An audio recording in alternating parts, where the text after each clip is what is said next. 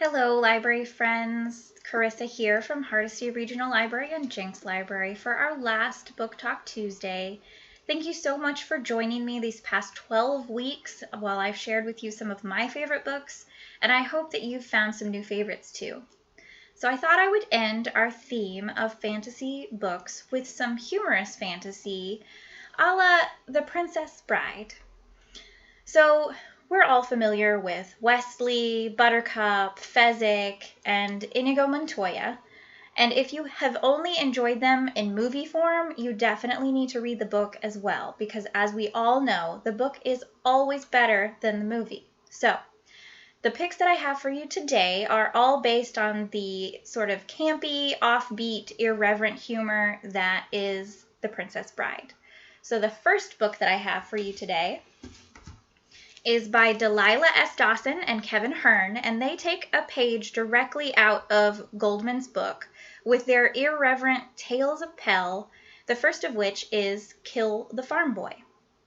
They topple the tropes of the young man's adventure quest and fairy tales in this joyous, hilarious tale.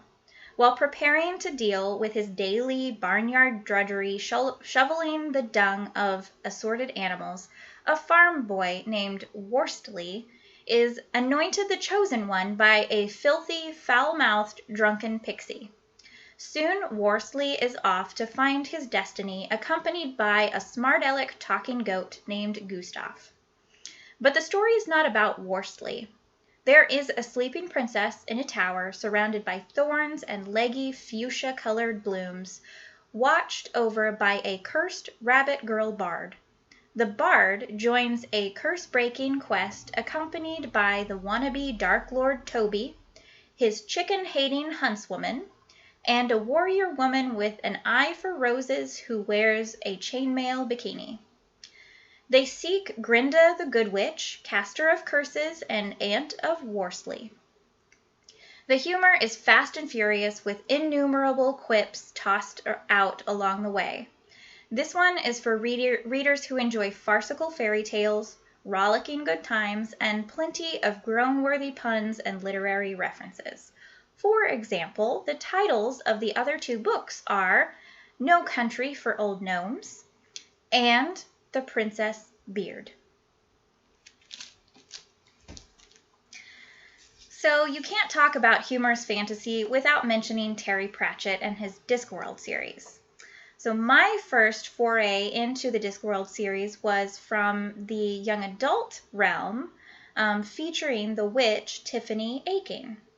In The We Free Men, Tiffany, an extremely competent 9-year-old, takes care of her irritating brother, makes good cheese on her father's farm, and knows how to keep secrets.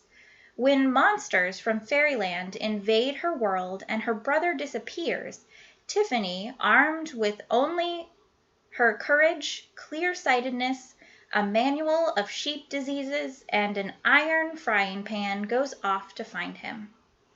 The book is full of witty dialogue and a wacky cast of characters. Much of the humor is supplied by the alcohol-swilling, sheep-stealing Pixies, the wee free men of the title, who are 6 inches high, blue, and speak in a broad Scottish brogue.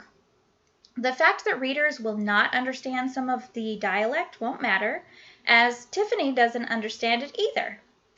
Tiffany becomes their temporary leader as they help her search for the Fairy Queen.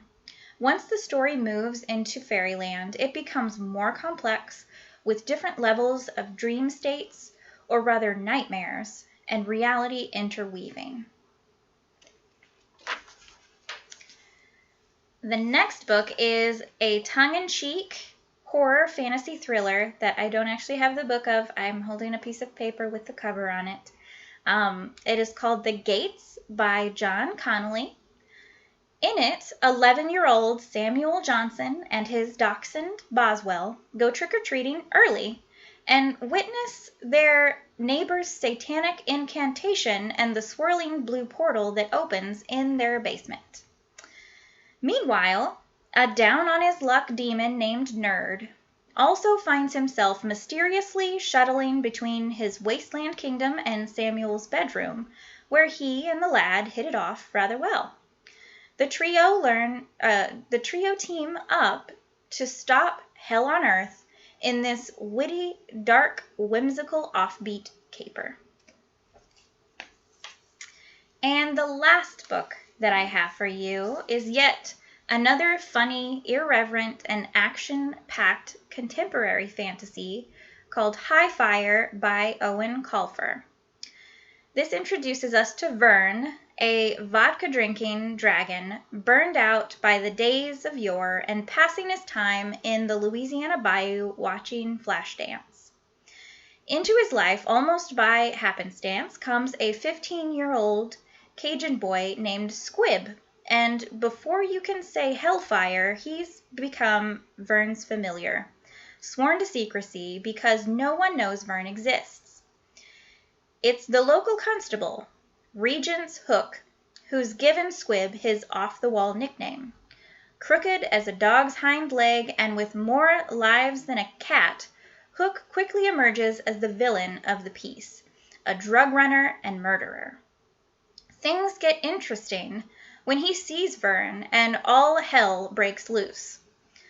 Colfer's catchy narrative voice suits the characters and their setting perfectly, capturing Vern's world-weary nature, Squib's youthful adaptability, and Hook's malicious cunning. This no-holds-barred yarn is good fun from start to finish. Well, those are all of the books that I have for you today. Thank you so much for joining me for Book Talk Tuesdays, and I will see you around. Bye!